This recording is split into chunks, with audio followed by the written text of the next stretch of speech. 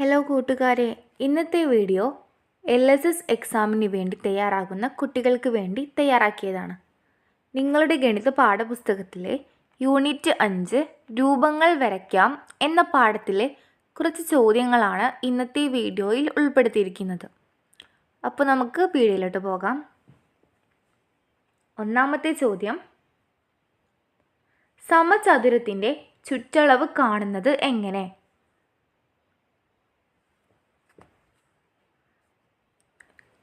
ഉത്തരം, സമചതുരത്തിൻ്റെ വശങ്ങളെല്ലാം തുല്യമായിരിക്കും. അതുകൊണ്ട് ചുറ്റളവ് കാണാൻ ഒരു വശം ഇൻറ്റു 4. വിവിധ ഗണിത രൂപങ്ങൾ വരയ്ക്കുന്നതിന് ഉബുണ്ടുവിൽ ഉപയോഗിക്കുന്ന സോഫ്റ്റ്വെയർ ഏത്?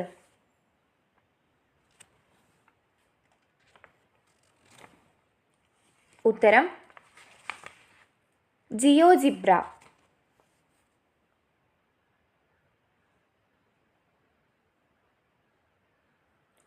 എല്ലാ വശങ്ങളും തുല്യമായ ഒരു ത്രികോണത്തിൻ്റെ ചുറ്റളവ് 27 സെൻറ്റിമീറ്റർ ആയാൽ അതിൻ്റെ ഒരു വശത്തിൻ്റെ നീളം എന്ത്? ചോദ്യം ഒന്നുകൂടെ വായിക്കാം. എല്ലാ വശങ്ങളും തുല്യമായ ഒരു ത്രികോണത്തിൻ്റെ ചുറ്റളവ് 27 സെൻറ്റിമീറ്റർ ആയാൽ അതിൻ്റെ ഒരു വശത്തിൻ്റെ നീളം എന്ത്?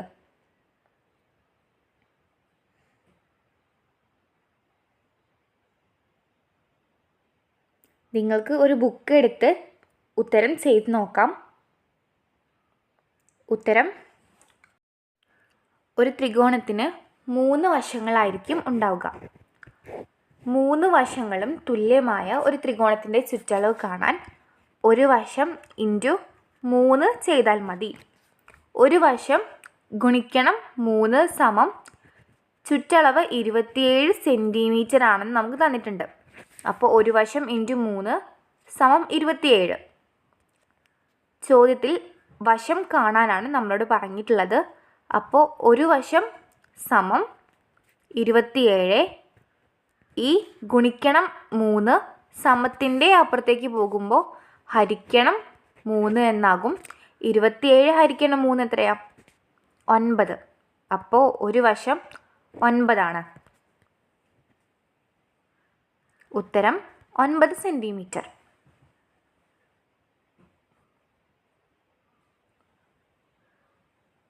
മൂന്ന് വശങ്ങളുള്ള ജ്യാമിതീയ രൂപം ഏത്?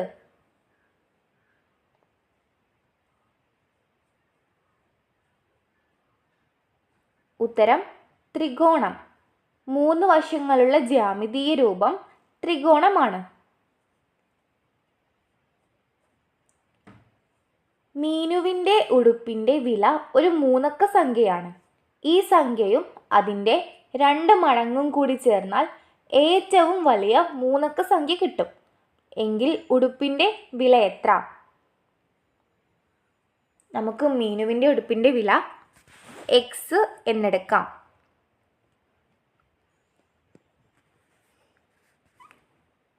അതിൻ്റെ 2 മടങ്ങും ആ വിലയും കൂടി ചേർന്നാൽ ഏറ്റവും വലിയ 3 അക്ക സംഖ്യ കിട്ടും. അപ്പോൾ x പ്ലസ് 2x സമം ഏറ്റവും വലിയ 3 അക്ക സംഖ്യ എത്രയാണ്? 999 ആണ്. അതെല്ലാവർക്കും അറിയാലോ. അപ്പോൾ x പ്ലസ് 2x എത്രയാ? 3x. 3x സമം 999. അപ്പോൾ x എത്രയാ? 999. ഇവിടെയുള്ള ഗുണിക്കണം എന്ന 3 ഇപ്പുറത്തേക്ക് പോകുമ്പോൾ ഹരിക്കണം 3 ആകും. 999 ഹരിക്കണം 3 എത്രയാ? 333. അപ്പോൾ മീനുവിൻ്റെ ഉടുപ്പിൻ്റെ വില 333 എന്ന 3 അക്ക സംഖ്യയാണ്.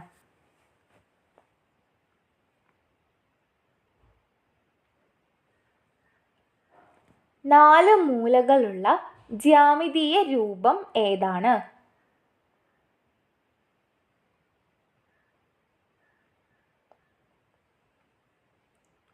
ഉത്തരം, ചതുരം.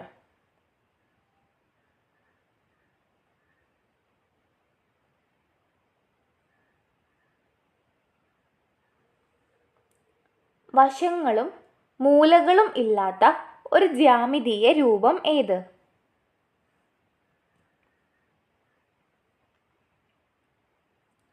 ഉത്തരം വൃത്തം.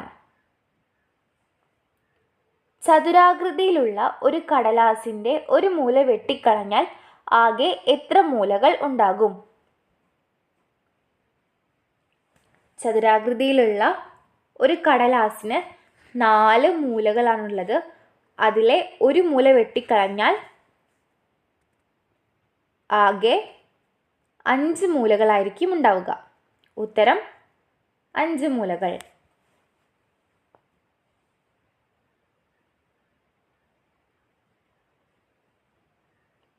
മൂന്ന് വശങ്ങളും 4.5 സെൻറ്റിമീറ്റർ ആയ ത്രികോണത്തിൻ്റെ ചുറ്റളവ് എത്ര?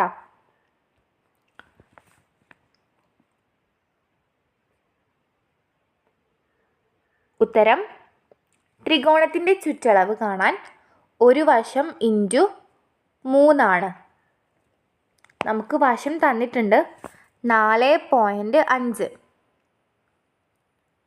ഒരു വശം ഇൻറ്റു 3 എന്ന് പറയുമ്പോൾ 3 വശങ്ങളും തുല്യമായ ത്രികോണത്തിലാണ് ഇങ്ങനെ ചെയ്യേണ്ടത്.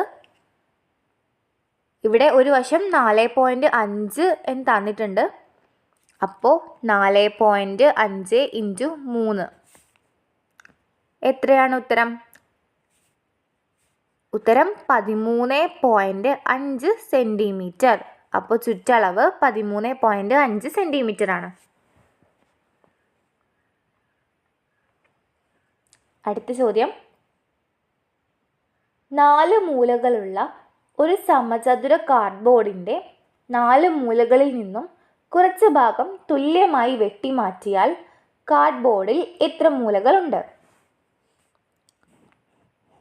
കാർഡ്ബോർഡിൻ്റെ ഒരു മൂല വെട്ടിമാറ്റിയാൽ 2 മൂലകൾ രൂപപ്പെടും. അങ്ങനെ 4 മൂലകളും തുല്യമായി വെട്ടിമാറ്റിയാൽ ആകെ 8 മൂലകളായിരിക്കും ഉണ്ടാവുക. ഉത്തരം 8 മൂലകൾ.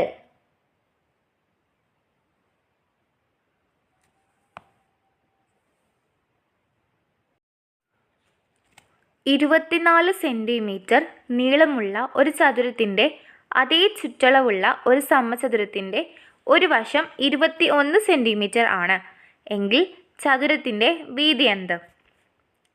ഇപ്പോൾ പലർക്കും ചോദ്യം മനസ്സിലായിട്ടുണ്ടാവില്ല.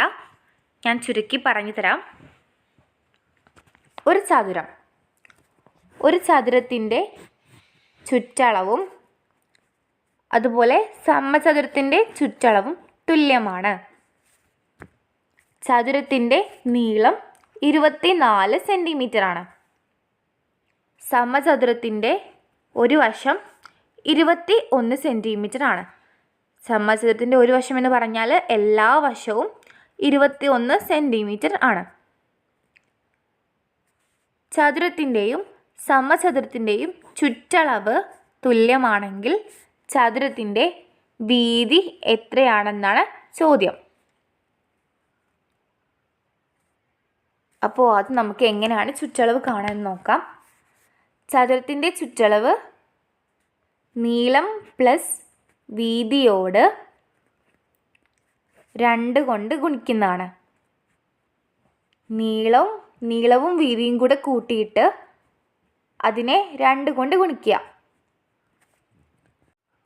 സമം സമചതുരത്തിൻ്റെ ചുറ്റളവ്. സമചതുരത്തിൻ്റെ ചുറ്റളവ് എങ്ങനെയാണ് കാണാം? ഒരു വശം ഇൻറ്റു 4. ഇനി നമുക്ക് ചോദ്യത്തിൽ തന്നതൊക്കെ എഴുതി വയ്ക്കാം.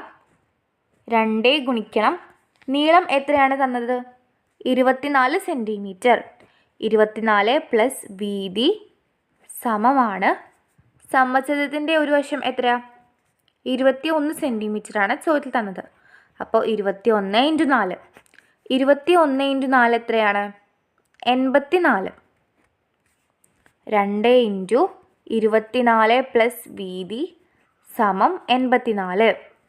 ഇവിടെയുള്ള ഈ ഗുണിക്കണം 2 സമത്തിൻ്റെ അപ്പുറത്തേക്ക് പോകുമ്പോൾ ഹരിക്കണം 2 ആകും. അപ്പോൾ 24 പ്ലസ് വീതി സമം 84 ഹരിക്കണം 2.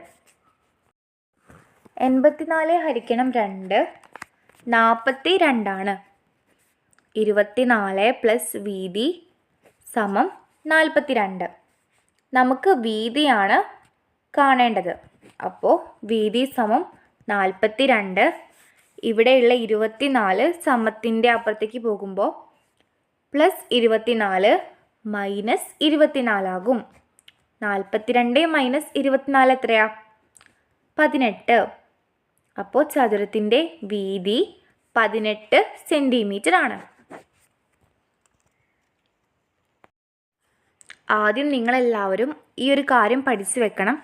ഒരു സമവാക്യം, ഇപ്പം ഞാൻ ചോദ്യം തരാം. 24 പ്ലസ് 32 സമം 12 എന്നാണെങ്കിൽ ഈ 32നെ സമത്തിൻ്റെ അപ്പുറത്തേക്ക് കൊണ്ടുപോകുമ്പോൾ ഇവിടെ പ്ലസ് 32 ആണ്. സമത്തിൻ്റെ ഇടതുവശത്തേക്ക് പോകുമ്പോൾ മൈനസ് 32 ആകും. 24 സമം 12 മൈനസ് 32 എന്നാകും.